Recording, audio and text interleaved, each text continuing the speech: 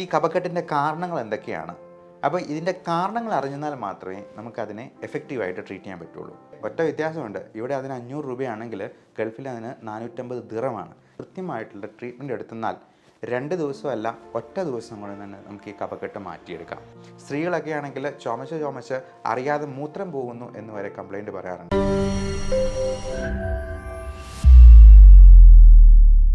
കഫക്കെട്ട് നമുക്ക് എല്ലാവർക്കും വളരെ കോമൺ ആയിട്ട് അറിയാവുന്ന ഒരു സിംറ്റമാണ്.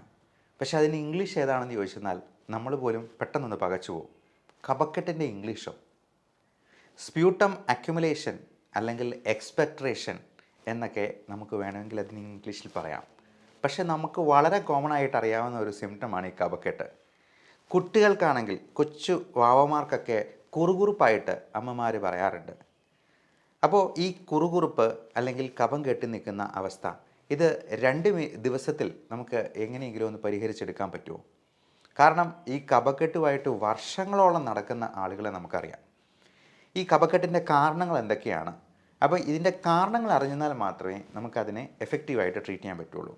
മിക്കവാറും ആളുകളുടെ കഫക്കെട്ട് നമുക്ക് 2 ദിവസത്തിൽ തന്നെ പരിഹരിക്കാം. അത് ഒരു 90 അല്ല 95% ആളുകൾക്ക്. പക്ഷേ അതിന് കറക്റ്റായിട്ടുള്ള ചികിത്സയും ചിലപ്പോൾ ആവശ്യമായിട്ട് വരും. നമുക്ക് വീട്ടിൽ തന്നെ ചെയ്യാവുന്ന കഫക്കെട്ട് ചെയ്യാവുന്ന പൊടിക്കൈകൾ എന്തൊക്കെയാണ് എന്നുള്ളത് നോക്കാം. മിക്കവാറും കഫക്കെട്ടിനോട് കൂടി ഒന്നെടുത്താൽ ഒന്ന് ഫ്രീ എന്ന് പറഞ്ഞതുപോലെ ചുമയും അതിൻ്റെ കൂടെ തന്നെ ഉണ്ടാവും. അതോടൊപ്പം നമ്മൾ ക്ലോസ് ആയിട്ട് ഒബ്സർവ് ചെയ്യുമ്പോൾ നമുക്ക് മനസ്സിലാവും അലർജി പ്രശ്നങ്ങളും ഈ കൂട്ടർക്കുണ്ടാകാം.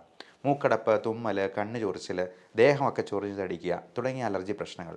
ഇത് ശ്വാസകോശത്തെ ബാധിക്കുമ്പോഴാണ് കഫക്കെട്ട്, ചുമ, ശ്വാസം മുട്ടൽ, വീസിങ്, വലിവ് തുടങ്ങിയ സിംറ്റംസിലേക്ക് മാറുകയും അത് ബ്രോങ്കിയൽ ആസ്മ എന്ന രൂപത്തിലേക്ക് പരിണമിക്കുകയും ചെയ്യുക.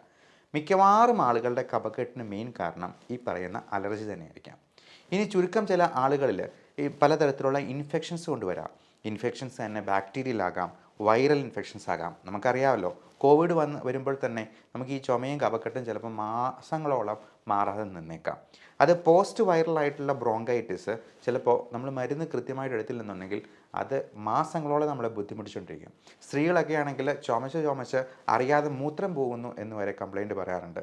അപ്പോൾ അങ്ങനെയുള്ളപ്പോൾ നമുക്ക് ചിലപ്പോൾ ചില അവസരങ്ങളിൽ ഈ കഫം എടുത്ത് പരിശോധിച്ച് അതിന് വേണ്ട കൾച്ചറും ചെയ്ത് അതിന് പറ്റിയ ആൻറ്റിബയോട്ടിക്കും കൊടുത്ത് അതിന് വേണ്ടിയുള്ള ട്രീറ്റ്മെൻറ്റ് ചെയ്യുക തന്നെ വേണം. ചെറിയ കഫക്കെട്ടും അലർജി മൂലമുള്ള പ്രശ്നങ്ങളുമൊക്കെ നമുക്ക് നമ്മുടെ ജീവിതചര്യകളിലൊന്ന് ക്രമപ്പെടുത്തി ചെറിയ പൊടിക്കൈകളുമൊക്കെ ചെയ്ത് നമുക്കൊന്ന് ക്രമപ്പെടുത്തിയെടുക്കാം. അതിനെക്കുറിച്ചാണ് നമ്മളിന്ന് ഡിസ്കസ് ചെയ്യുന്നത്. അപ്പോൾ നമുക്കിതിനെ ചെയ്യാവുന്ന കാര്യം, കഫക്കെട്ട് മാറാനായിട്ട്, കഫം അലിഞ്ഞു പോകാനായിട്ട് ചെയ്യാവുന്ന ഏറ്റവും നല്ല കാര്യം ആവി പിടിക്കുക തന്നെയാണ്. രാവിലെ വൈകുന്നേരം നന്നായിട്ട് ആവി പിടിക്കുക. അത് പ്ലെയിൻ ആവി തന്നെ എടുത്തെന്നാൽ മതിയാവും. വേണമെങ്കിൽ വിക്സോ തുളസിയിലോ അങ്ങനെ എന്തെങ്കിലും ഇടുന്നതിൽ കുഴപ്പമില്ല. ഒരുപാട് പ്ലാന്റ്സും പച്ചക്കറികളും ഒക്കെ ഇടണമെന്നല്ല. നമ്മൾ ജസ്റ്റ് ആവി കൊള്ളിക്കുന്നത് തന്നെ, സ്റ്റീം എന്ന് പറയുന്നത് തന്നെ നല്ലൊരു മ്യൂക്കോലൈറ്റിക് ഏജൻ്റാണ്. നമുക്ക് ഈ നല്ല കട്ടിയുള്ള അപ്പോ അല്ലെങ്കിൽ ബ്രെഡോ ഒക്കെ ഒന്ന് ആവി കൊള്ളിക്കുമ്പോഴത്തേക്കും പതുപതുത്ത് പോകുന്ന പോലെ നമുക്ക് ഈ കഫം കൊണ്ടു തന്നെ ഈ കഫത്തെ ഈ ആവി കൊള്ളിക്കുന്നതുകൊണ്ട് തന്നെ ഒന്ന് അലിയിപ്പിച്ച് പുറന്തള്ളാനായിട്ട് സഹായിക്കും.